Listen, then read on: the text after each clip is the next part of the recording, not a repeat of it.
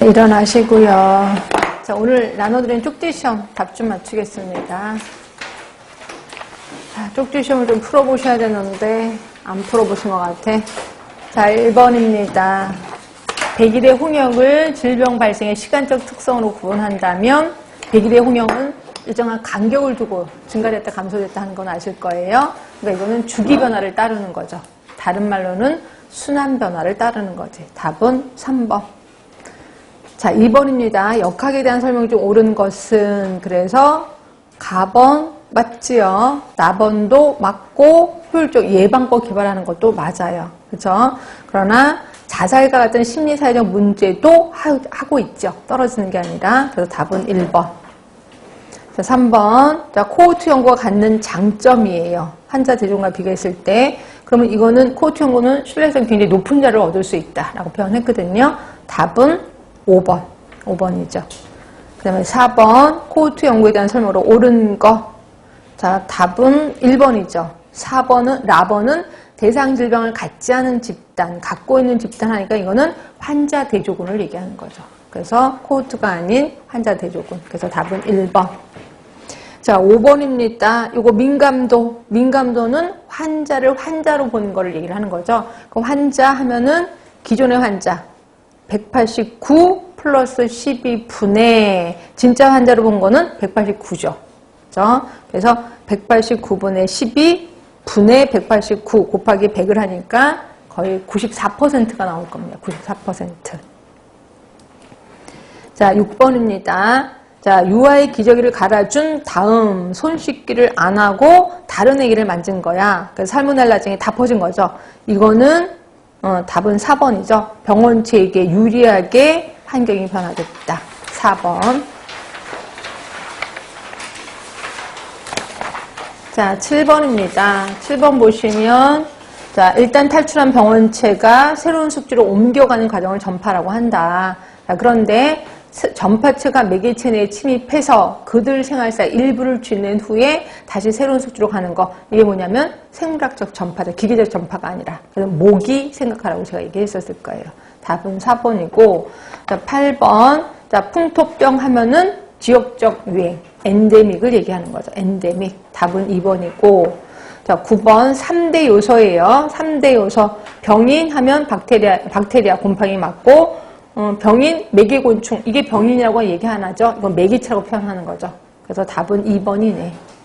자, 10번입니다. 병후 보균자니까, 병을 앓고 나서 보균자니까 소화기의 감염병을 얘기하는 거고, 소화기의 감염병에 해당되는 거는 네, 1번입니다. 나머지 모두 호흡기계를 얘기하는 거죠. 자, 11번. 장티푸스의 가장 중요한 대책은 장티푸스는 영구 보균자가 문제가 되거든요. 그래서 영구 보균자를 색출해내는 게 가장 문제예요. 그리고 얘는 또 소화기계니까 환경을 위생에 좀 신경을 써야 되겠지. 그래서 답은 4번이에요. 4번. 그 다음에 12번입니다. 계달물 뭔지는 아시죠? 환자가 만졌던 손수건 이런 걸 우리 계달물이라고 했는데 여기에 해당하지 않는 건 식품. 식품은 뭐 있었어요? 식품은 뭐 있었죠? 공동 전파체라고 얘기하는 거죠. 그래서 우리 전파체는 그 매개물에는 계달물이 있고, 그러니까 비활성 매개체에는 계달물이 있고 공동 전파체가 있다 이렇게 표현했었을 거예요. 그래서 식품은 공동 전파체에 속하는 거고요. 자, 13번입니다. 병원 소가 아닌 거는 계달물이죠. 계달물은 매개체에 속하는 거죠. 자, 14번이에요. 시간, 지역, 사람의 특성에 따라 질병의 발생을 기록하는 거. 기록하는 거니까 당연히 기술력, 각. 답은 1번인 거고. 자, 15번입니다. 특정 검사법이 질병이 있는 것으로 확인된 사례.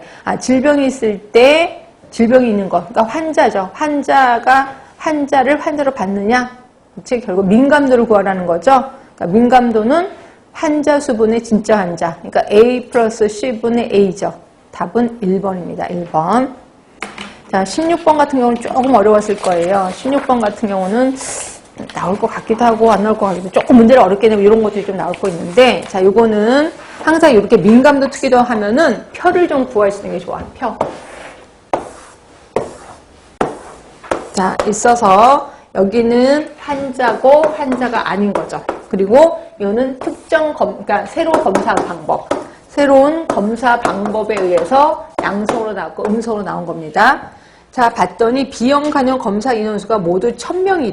그러니까 모두 1000명입니다. 모두 1000명인데 이때 실제 환자가 10%래요. 그럼 실제 환자가 1000명 중에 10%니까 100명이네. 환자 수가 100명입니다. 그러면 아는 사람은 900명이겠구나 하시면 되고요.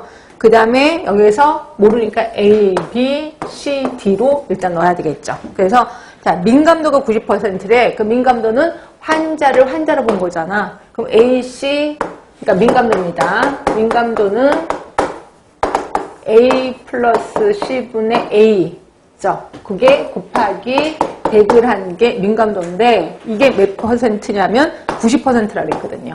결국 A 플러스 C는 이미 나왔죠. 100이죠, 100. 그쵸? 그러면 A는 뭐겠어요? A는 90이 되겠구나. 금방 나오죠. 90. 그러면 A는 90이야. 그러면 C는 10이겠네, 뭐. 그러니까 100이 되죠. 그럼 이제 특이도입니다.